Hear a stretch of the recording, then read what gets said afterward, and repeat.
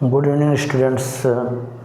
तो आज की क्लास में हम लोग बात करेंगे डीएनए के प्रकार। जैसा कि आप बोर्ड में देख सकते हैं, डीएनए के प्रकार। डीएनए कितने प्रकार के होते हैं?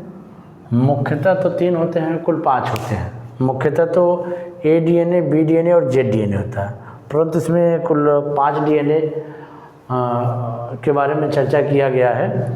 तो यहाँ आप लोग पहले देखिए कि डीएनए के बारे में हमने काफ़ी चीज़ें तो बता ही दिया है। नेक्स्ट क्लास अभी कल भी बात कर रहे थे हम लोग 4 गैप के नियम के बारे में बात किए थे। तो आज आप लोग देखिए कि डीएनए के प्रकार में हमने कहा कि डीएनए की दोनों पॉलीन्यूक्लियोटाइड आप समझ सकते हैं कि यहाँ पर एक यह होगी 5' से 3' और दूसरी जो इस तरह से लगी होती है 3' to 5' श्रृंखला, यह कह रहा है।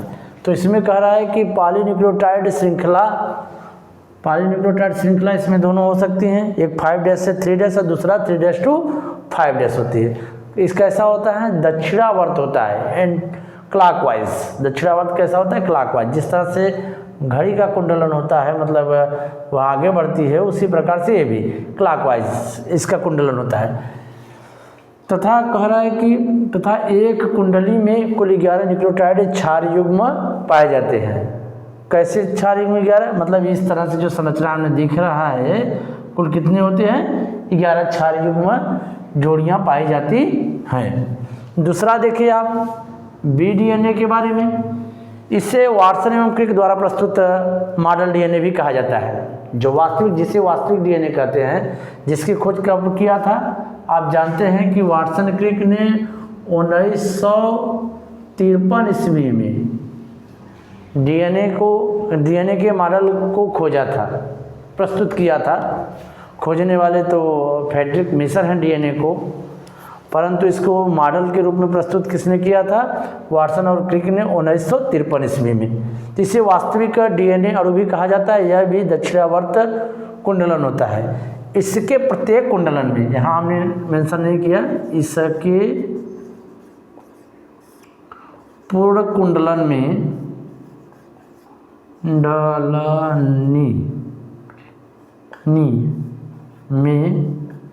10 न्यूक्लियोटाइड क्षारक युग्म पाए जाते हैं। क्षारक युग्म पाए जाते हैं। तो आप जानते हैं ना कि आपको बताया गया था कि जो वाटसन क्रिक डीएनए था, कुछ इस तरह की संरचना हमने प्रस्तुत किया था आपको कि 5' to 3' और 3' to 5', जिसमें डीएनए की हमने पूरी लंबाई बताया था कितना? 34 एंगस्ट्रॉम। तो यहाँ पर इस तरह से न्यूक्लियोटाइड जोड़ियाँ आपस में मिली होती हैं। कहाँ से? सुगर से जुड़ी, जिसकी दूरी कितना बताए थे? 3.4 एंगस्ट्रॉम। और डीएनए की चौड़ाई कितना बताए थे? 20 एंगस्ट्रॉम। इस तरह से आपको बताए थे। तो उसी प्रकार से बताया, इसके पूर्ण कुंडलन में 10 न्यूक्लियोटाइड क्षार युग्म पाए जाते हैं। इस तरह के क्षार युग्म कितने होंगे? कुल 10 होंगे। अब देखिए भैया, नेक्स्ट है कौन सा? सी डीएनए, जिसको क्या कहते हो आप लोग? सी डीएनए। सी डीएनए क्या है? इस डीएनए अणु में 9 जोड़ी न्यूक्लियोटाइड क्षार युग्म पाए जाते हैं। यहाँ न्यूक्लियोटाइडों के क्षार युग्मों की संख्या कितनी होती है? 9 होती है। परंतु यह भी कैसा होता है? दक्षिणावर्त होता है, क्लॉकवाइज होता है। चौथा आप लोग देख लीजिए जेड डीएनए। यह दक्षिणावर्त दर्शाता है। यह भी कैसा होगा? क्लॉकवाइज प्रक्रिया को ही दर्शाता है। इसके पूर्ण चक्रण में 8 न्यूक्लियोटाइड क्षार युग्म पाए जाते हैं। जेड डीएनए देखिए, यह एक विशेष प्रकार डीएनए इसमें कहता है कि जो कुंडलन होता है वह वामावर्त होता है, अर्थात एंटी क्लॉकवाइज। क्लॉक तो इस तरह से चलती है, मतलब क्लॉक का जो चक्रण होता है कुछ इस तरह से हो जाता है, इस तरह से होता है। परंतु जो इनका है वो इस तरह से है कि इनका कुंडलन उल्टा हो रहा है, इस तरह से कुंडलन हो रहा है।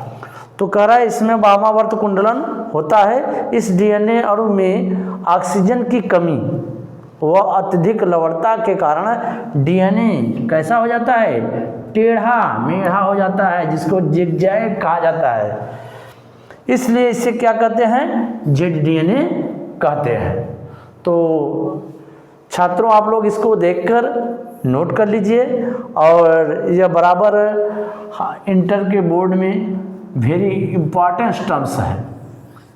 आज की जो कक्षाएं होती बहुत ही इम्पोर्टेंस है। डीएनए के प्रकार पूछ लेता है तो आप डीएनए के प्रकार के बारे में नहीं बता पाते, या आपको कहीं किसी अध्यापक नहीं बताते, या आपको जल्दी बुक में नहीं मिलता। तो अतः आज हमने इसको देख के अच्छे से बता दिया है। आप इसका संग्रह कर लीजिए, इसको नोट कर लीजिए। तो आज के लिए इतना ही, आप लोग इसको नोट कर लीजिए अभी देखकर।